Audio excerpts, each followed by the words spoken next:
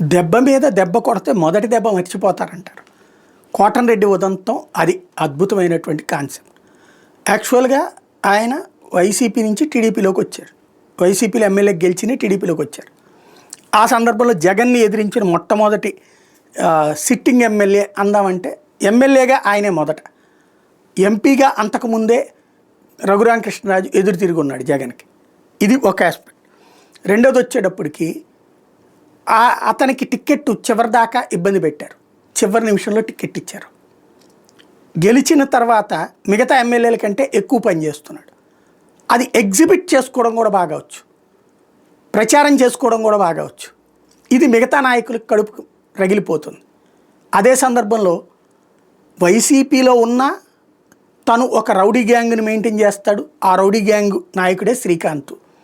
అతనితో పాటు ఉన్నటువంటి వాళ్ళు ఇప్పుడు నిన్న ఏదైతే కోటంరెడ్డినే హత్య చేయాలనుకుంటున్న వాళ్ళు, ఇప్పుడు మొన్న అది తప్పయింది అరుణని ప్రశ్నించడం, ఇదంతా ఇప్పుడు రివర్స్ అయింది. అయ్యయ్యో పాపం కోటంరెడ్డిని చంపబోయారు అన్నటువంటి కాన్సెప్ట్లోకి, అంటే ప్రచారం రివర్స్ అయ్యింది. కోటంరెడ్డికి ఇది ఫెచ్చింగ్ అయింది. అంటే మొన్నటి దెబ్బ మీద ఈ పై దెబ్బ మొదటి దెబ్బను మర్చిపోయేటట్టు చేసింది. మొన్న కోటంరెడ్డిని దోషిగా చూపించిన మీడియా ఇప్పుడు కోటంరెడ్డికి అయ్యో పాపం అని చూపిస్తోంది. That is Kotamreddy. Kotamreddy style of politics అది. డిఫెన్సివ్ కాదు, అతను అఫెన్సివ్. అందుకనినే జగన్కే చొక్కలు చూపించినటువంటి వాడు, జగన్కే వణుకు పుట్టించినటువంటి వాడు.